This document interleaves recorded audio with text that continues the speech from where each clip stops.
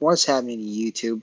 The Los Angeles Clippers played at, I believe, 4 o'clock against the 4 o'clock Western Pacific time against the 76ers, and this is another like exciting win that the Clippers have. Like I swear, y'all, like Clippers, like in this season, we have a lot of nice swing factors. Like we have some unfortunate losses, which is you can't win them all. What do you expect?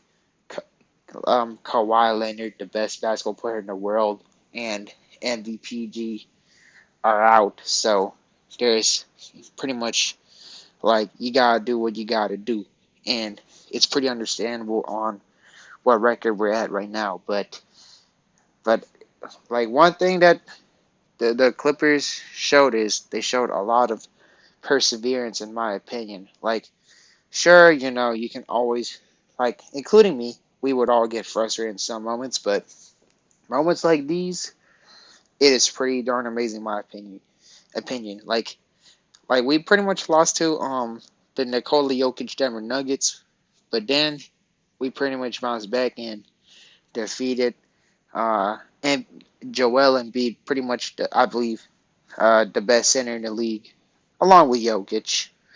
But anyways, let's dig in on what happened to the game. So first quarter, we went neck to neck. We went pretty much neck to neck. Second quarter, that's when the Philadelphia Sixers they got all the momentum. Tyrese Maxey was pretty much going off and everything. Third quarter, that's when we make some momentums. Fourth quarter, that's when the Clippers had a hard fought battle, and this time it ended up with a victory. Now, what's an amazing part about this is how well rounded the Clippers played. Literally, seven of our players had double digits.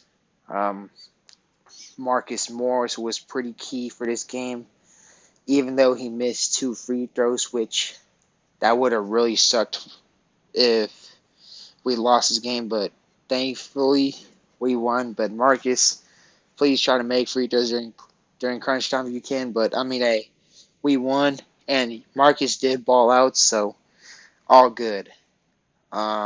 Pretty much Reggie Jackson. Big shout outs to you again. Like now, Reggie Jackson is stepping that bad boy up, and that's what I've been wanting Reggie to do. When Reggie steps it up, it's pretty darn amazing. Like he was a walking bucket, swishing all the threes, making all types of layups. Just and he also got some good amount of dimes too. Like time to give Reggie more props than even before. And Ivica Zubac, my man Zubac, like he's been playing really darn good.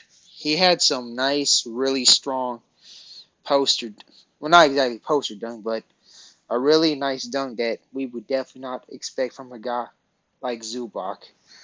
And B did went off, but Zubac did his own thing as well too, and he made some dunks, like played like a really good 7 footer, like made some basic hook shots, get a good amount of boards, um, pretty much being an ideal 7 footer that we actually would love to see.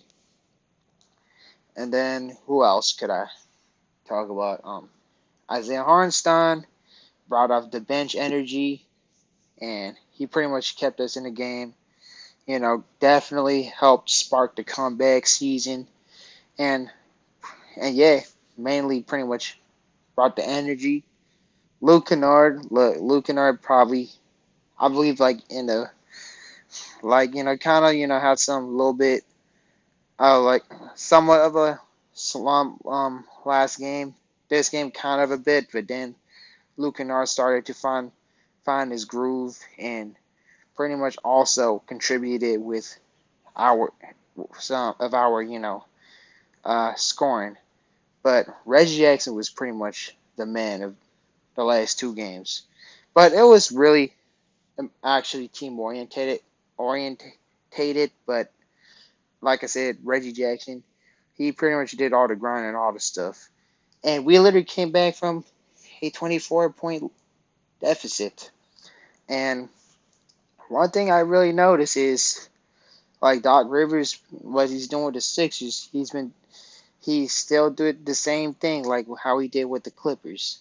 Pretty much they didn't call a timeout, which pretty much helped us, pretty much cook the 76ers. And I honestly kind of, if I was a Philly fan, I would definitely want Doc Rivers fired because he's proven time to time to be a pretty subpar head coach, to say the least. But again, nevertheless, it was a really great game for the Clippers. And notice how, like, even like the Clippers, when they have no stars, a lot of these games, we managed to pull it off. And one thing we got to give credit is Tyron Lue. Like, Tyron Lue, like, look, in the beginning, we kind of, had some of the frustration moments. The players that I or we wanted to see on the floor, they were not playing on the floor. But then, sorry about that, we kind of gained some momentum, and then pretty much we had some roller coaster rides. But one thing that we all that Tyronn Lue brings that Doc Rivers don't bring is he instills our team of perseverance and resiliencies. Like it's shown that time to time. Like it showed that when the Clippers pretty much beat the Brooklyn Nets. It showed when I believe when the Clippers beat the Denver Nuggets. Like not on this week, but like other nights ago when we beat the Phoenix Suns when we did not have any stars. Pretty much. Um, I can name like I could go on and on and on, but beat the Boston Celtics.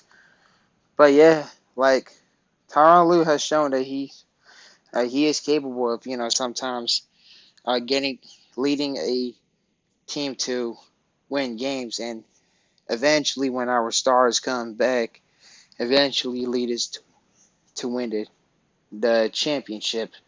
And also, I did forget to talk about one player on the Clippers, and it was Amir Coffey. Pretty much, he was doing Amir Coffey things, being a really good role player. I believe he got 13 points, made some key shots, and pretty much like nothing really too much I could say into details, but just pretty simple details. And Nick Batum has been showing time to time that he is pretty much like one of the most important Clippers like right now because he showed a lot of versatility. Because I know Embiid had a really good night, but Batum he managed to hold his own against Joel Embiid at times. He showed a lot of versatility. He made a lot of shots time to time, which also definitely sparked a lot of momentum in the Clippers team. So I like how well rounded this team was. Like I said again, 7 players had double digits, and we pretty much really played like a team in my opinion. So pretty much that should wrap up the video. And let me know on your thoughts and opinions. And yeah, peace out and Clip Nation on top.